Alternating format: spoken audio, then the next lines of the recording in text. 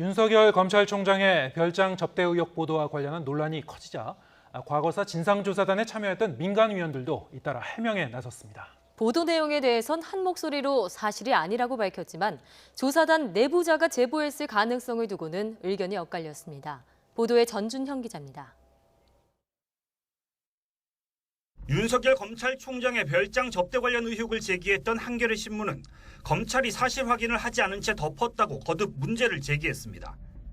검찰이 윤 총장 관련 내용은 전혀 없다고 주장했다가 진상조사단 면담 보고서엔 언급됐다고 말을 바꿨다며 윤중천 씨와의 관계도 추후 조사를 통해 밝혀야 한다고 지적했습니다.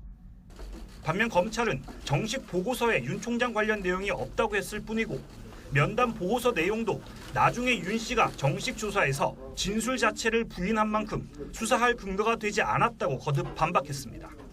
만난 적이 있다 손치더라도 그게 무슨 범죄 혐의가 되는 것도 아니고 검찰에서 그걸 수사할 무슨 명분이 있는 것도 아니고 그조차도 윤중천은 뭐 그렇게 얘기한 적이 없다고 하고.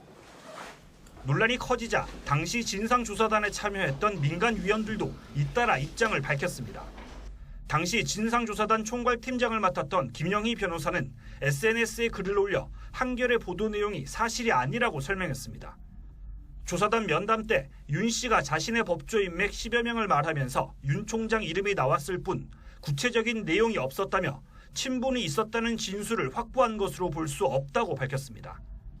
다만 진상조사단 단원들이 허위라는 걸 잘 알면서 금방 들통날 거짓말을 하진 않았을 거라며 내부자가 관련됐을 가능성엔 선을 그었습니다. 반면 진상조사단에 참여했던 박준영 변호사는 보도 내용을 볼 때 제보자는 내부 단원으로 추정된다며 정치적 이해관계에 따른 것 같다고 주장했습니다. 특히 장자연 사건 당시 윤지호 씨 증언의 진위 논란도 진상조사단에서 나온 얘기가 문제의 근원이었다며 무책임한 행태라고 비판했습니다.